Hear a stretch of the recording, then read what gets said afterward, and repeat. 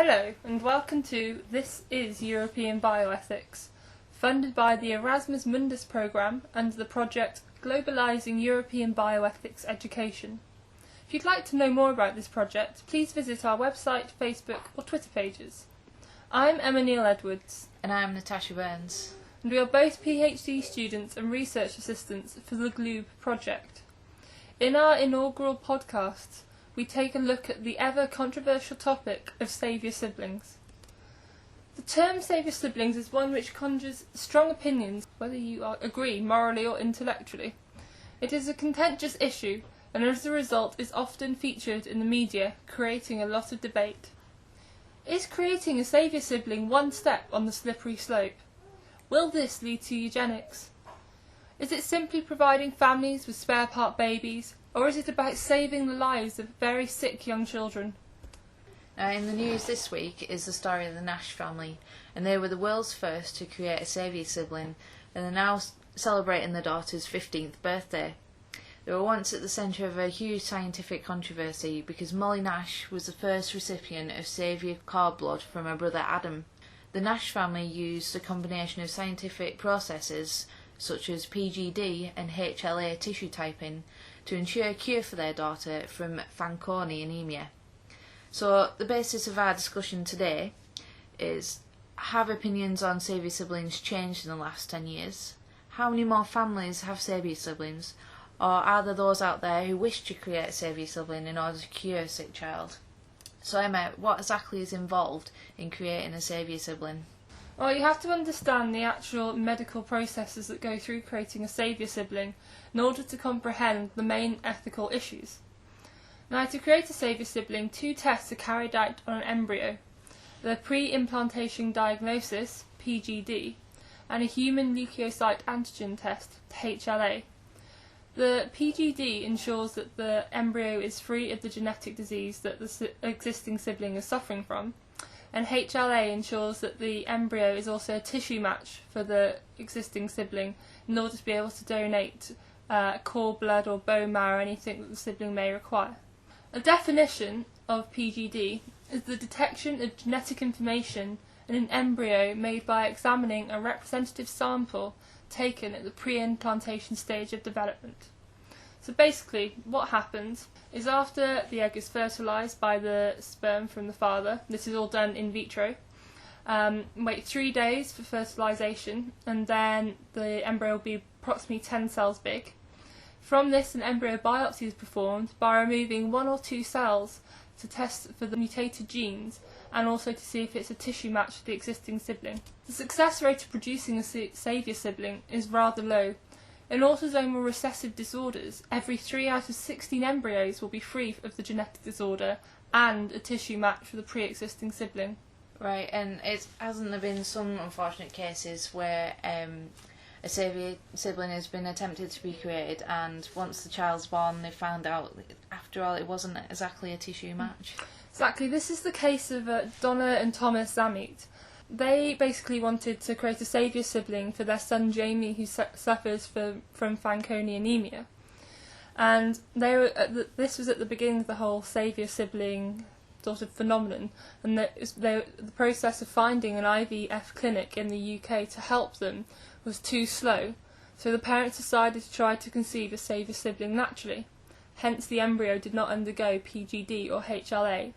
There was also a 25% chance by conceiving a newborn naturally that they would also suffer from Fanconi anemia. Unfortunately, their daughter Donatella was not a tissue match for her brother, but luckily she did not suffer from the disease herself. Now, another issue that arises from this is, how can you predict, well, you cannot predict the fact that Donatella was born with a purpose but could not save her brother's life. Will this affect her psychologically? When the time comes for her brother to die, and the life expectancy of those with Fanconi anemia is late teens, early 20s. So it's a very short life. So when her brother does die, will she blame herself for this, or will her parents blame her for failing her brother? That's something that only time will tell, I guess. So can you tell me where the law in the UK actually stands on PGD? Okay, well, initially, when a lot of couples were going through this and trying to gain licenses for PGD, there was actually no regulation. It just came under the Human Fertilisation and Embryology Authority. Now, the HFEA, as it's known, was a statutory body created by the Human Fertilisation and Embryology Act, known as the 1990 Act. Now, the primary remit of the HFEA is to licence and monitor UK clinics that offer IVF and all UK-based research that involves human embryos. And this is to ensure that the principles of the 1990 Act are upheld. Like I said, their remit is to provide licences for controversial reproductive procedures, and one of which is PGD by itself, but also includes when it comes in conjunction with HLA tissue typing. Now, the first family in the UK to be granted a licence was in 2001, and this was the Hashmis family, and they wanted a saviour sibling to benefit their son Zayn, suffering from beta thalassemia. Was this successful? The licence was successful, however so far they've not successfully created a saviour sibling. They've been trying for a number of years now, and it just looks like it's not happening at the moment. Now, when this case was going through, there was a lot of media interest, and the then chair of the HFEA, Ruth Deitch, came out with this statement in favour of the treatment. It says, "We have considered the ethical, medical and technical implications of this treatment very carefully. Where PGD is already being undertaken, we can see how the use of tissue typing to save the life of a sibling could be justified. We would see this happening in only very rare circumstances and under strict controls." Well, how do they decide who to give a licence? What do they take into consideration? Well, every decision is made on a case-by-case basis, but I can tell you just a few points that are considered when making these decisions, one of which is the condition of the affected child should be severe or life-threatening and of such a sufficient seriousness to justify the use of PGD. The embryos conceived should themselves be at risk from the condition.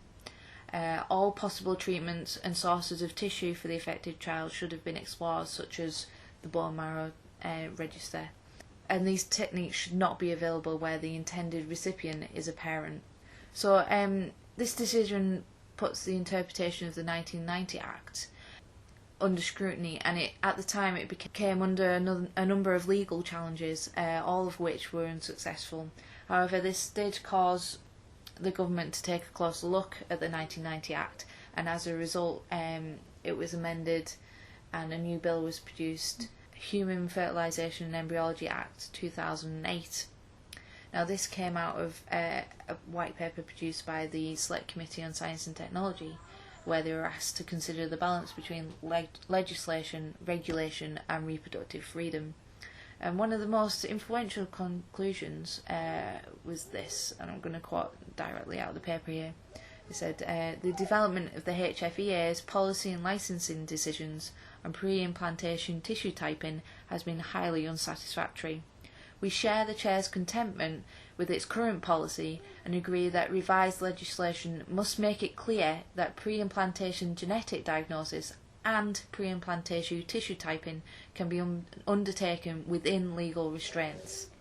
So they're basically calling for a new bill to be introduced. And was this done? Yes, it was in 2008.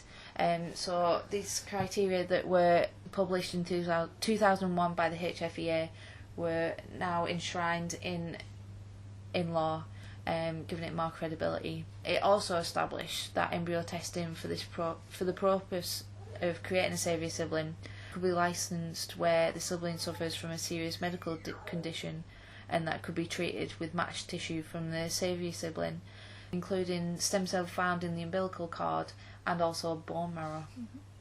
So, Tommy, how does the EU, how do other countries within the European Union approach saviour siblings in GD? Well, not all EU countries take such precautions with regulation. In some respects, UK regulation can seem very lax because we're allowed to do quite a lot of things. In comparison with other countries where there's in fact no regulation, it can be seen as opening the door to having a greater impact on these saviour siblings that are created. This in turn allows for a certain amount of medical tourism. What is medical tourism? Well, it's where couples particularly looking for PGD, they might wish to have a child of a particular sex, because particularly when you're involved with excellent genetic disorders, they go abroad looking for places where this technique is allowed to carry out. Now, in the case of LDH, who's from Switzerland, PGD is banned. So when the parents of Noah, who suffered from granulomatous disease, decided to produce a Saviour sibling, they went to Belgium, where there are no laws dictating what can be done with PGD. So the process was successful and Elodie was born. However, at the time she was too small to provide enough stem cells in her cord blood. So her and her brother had to undergo a painful procedure of bone marrow transplant. How's Noah doing? Well, his health is improving now, but the fact that Elodie had to undergo a painful procedure, which was actually of no direct benefit to herself, brings about the question of whether it was ethical or not. And there are always many ethical considerations and debates, arguments that come out. I think we'll just go through a couple now. One such argument is the status of the embryo. Yes, because PGD involves the creation of embryos that will not actually be inseminated into the uterus, and then these embryos will be either destroyed or used in research. Some people feel that the embryo has its own status and moral rights as a living child, and this is basically just the destruction and murder of potential life. That's right. There are quite a lot of groups out there who protest quite heavily about this, such as CORE and Life, and they campaign against what they call needless harm to embryos. However, others view PGD as more moral than abortion, because with things like prenatal testing, you can discover genetic diseases sometimes very early on in pregnancy, but then the mother and the father posed with a very difficult decision of whether to terminate or whether to carry on, knowing that they're carrying a sick child, and the implications of that might be on the family and other children in the family. Obviously, some people have very different views on abortion. However, it's not very easy to place parents in that position when after they've already conceived, and therefore some view making this decision at the embryo stage lesser of two moral dilemmas. Yes, particularly where the embryo is not actually viable without being implanted. Exactly. Obviously, the other ethical concern of dealing with the creation of embryos is the fact that if the embryos are created just solely for the purpose of research, I mean, obviously these embryos that are created in order to conceive a saviour sibling, they may then go on to research and still serve a purpose instead of being destroyed. But those that are created merely to just be destroyed again during research and research methods, some more people find this unethical compared to just creating the embryos for creating a saviour sibling. And so what other sort of issues can be brought up by the whole creation of the saviour sibling? Well, one of the most common arguments against people that are against this is a concern of commodification. People such as Richard Nicholson, who are the editor of the Bulletin of Medical Ethics, has gone as far to say that we're not creating saviour siblings to be in their own right, that people are creating them, design them to be spare parts for an existing child. And he asks, where do we draw a moral distinction between slavery and creating to what he prefers to call slave siblings? Now, obviously, this is quite a strong term. This is very slave siblings conjures all sorts of thoughts in your mind. Yeah, and it can be quite problematic because they're based on the assumption that saviour siblings are created merely for instrumental reasons, and that's to just simply serve as a donor for the sick sibling and not for their own sake. But it can be argued, and it has been argued many times before, that this line of reasoning does not hold strong. I mean, first of all, parents have children for all different reasons. I think the results from the Value of Children project in 1973, even before any form of assisted reproduction techniques were developed, it indicated that one of the advantages of having children frequently mentioned is the benefit of the husband and wife relationship and the creating a family unit. That's right, and some of the other reasons included were immortality of the individual. continuity of the family name, which has a very historical meaning, such as when the father had to carry down the line of succession and had to have a male heir. And there's, of course, a lot of economical and psychological benefits that children provide for when your parents become elderly, and they may think, well, at least I'll have somebody to take care of me, hopefully. But, you know, this isn't considered to be a problem in society as long as the child is valued in its own right. And what is valued in its own right? Well, this can mean many things, really. For example, if somebody is extremely rich or talented and people approach you because of these characteristics, I mean, does that mean they do not value in your own right? I mean, every day the people we come across and interact with have some form of motive. So I feel that the question should really become which motives are acceptable. One of the most common quotes generated by people who are against Saviour siblings is Kant's famous dictum, "Never use people as a means, but always treat them as an end." This can quite often be misquoted. Firstly, because Kant warns not against treating people as a means, but rather against treating them merely or solely as a means. Therefore, Saviour siblings are morally acceptable if the child is not only used as a donor, but the parents actually wanted to have the child in the first place. So you sort of get an ideal situation where the child was wanted anyway, and it brings about the result of the existing child being cured. And so instead of having a broken family where a sick child has died, you have a family unit where the sick child has been cured and there's a second child to bring in and share into the family unit. I find it very difficult to believe that parents who are willing to go through such an ordeal of going through the legal system and then having to undergo all these tests and treatments to conceive a child, a saviour sibling, and basically they're doing this to save their already existing child. I mean, I find it very difficult to believe that they would love and care and adore the younger child any less, just because, you know, they are helping their sibling as well. In fact, I think they should love them more than less. It's just absolutely ridiculous. I mean, you can see this in various other cases that have come about, such as the Fletchers, who had a 3-year-old boy, Joshua, who suffered from diamond black fan anemia.